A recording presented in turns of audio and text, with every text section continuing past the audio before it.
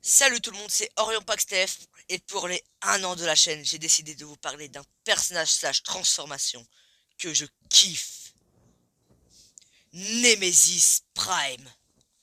Donc Nemesis Prime est un double maléfique, enfin la plupart de Optimus Prime, enfin la plupart du temps. Donc le design qu'on lui donne très régulièrement est le Optimus Prime G1 en noir avec le signe des Decepticons et des yeux et vitres rouges. Mais est-ce que Nemesis Prime vient de la G1? Pas du tout. Dans la G1, on avait bien un clone de Optimus Prime, mais pas de clone maléfique. Sa première apparition, on va dire, est dans Beast Wars 2. Donc, entre guillemets, première apparition. Car il ne s'appelait pas encore... il ne s'appelait pas encore Nemesis Prime, mais à l'époque, il s'appelait Copy Convoy. Et il était le clone maléfique de Leo Convoy. Je rappelle que Convoy veut dire Optimus. Il était une copie quasi conforme, à part que là où Leo Convoy était bon, vous vous en doutez, Copy Convoy ne l'était pas. Il ne dure qu'à peine un épisode où il trouve la mort en sa fin.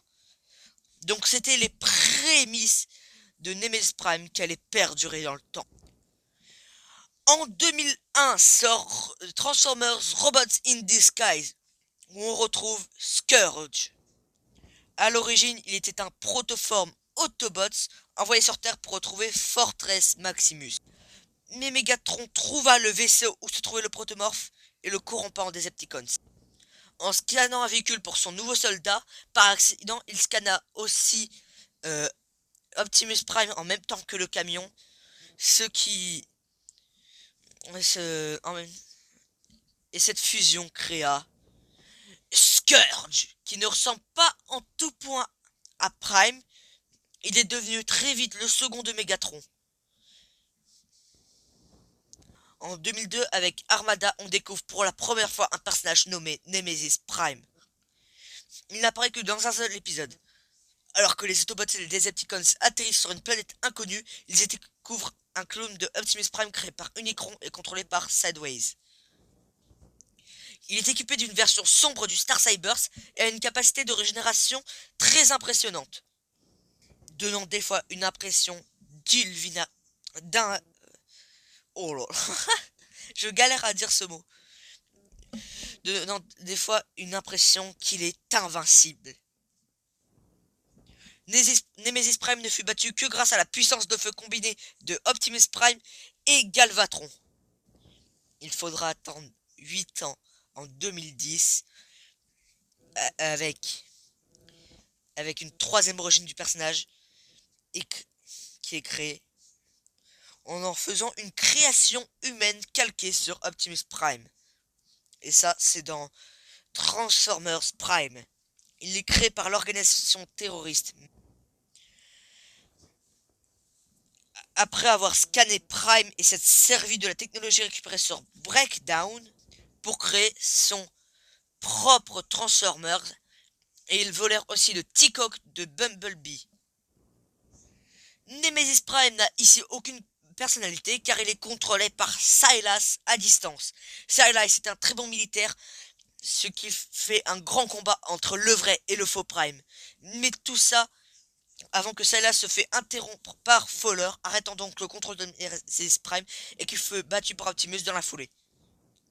Il faudra attendre 2017 pour revoir euh, Nemesis Prime et avoir sa première apparition au cinéma avec Transformers The Last Night. En total, Nemesis Prime est un clone d'Optimus Prime, mais dans ce film, c'est Optimus Prime qui devient lui-même Nemesis Prime.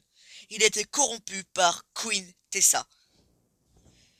Donc Nemesis est qu'un Optimus ayant basculé du mauvais côté. Son apparence ne change pas à part une trace rouge sur le visage. Il n'a aucun changement et n'apparaît que pendant 5 minutes. Il n'a à peine 5 minutes de temps d'écran. Alors à quoi ça servait de le teaser comme le méchant principal du film, lui donner ce prénom, enfin ce nom et tout, pour ne le faire apparaître que 5 minutes. Mais bon, on va pas attendre quelque chose de Michael Bay. Et donc pour ce qui est de ce design géant, c'est un design qui a été donné pour la première fois en 2006 dans un comics Transformers Du coup, et ce design sera repris dans plusieurs comics suivant les traces de la G1, genre Dreamwave, IDW ou ce genre de choses, et dans plusieurs jeux Transformers. Donc voilà, c'est la fin de cette vidéo. J'espère que ça vous a plu. Si ça vous a plu, n'hésitez pas à mettre un like, à vous abonner, à partager, à commenter, à activer la cloche. Ça fait déjà un an qu'on fait des vidéos. Putain, un an. Ça commence à faire déjà longtemps. Donc allez, bye.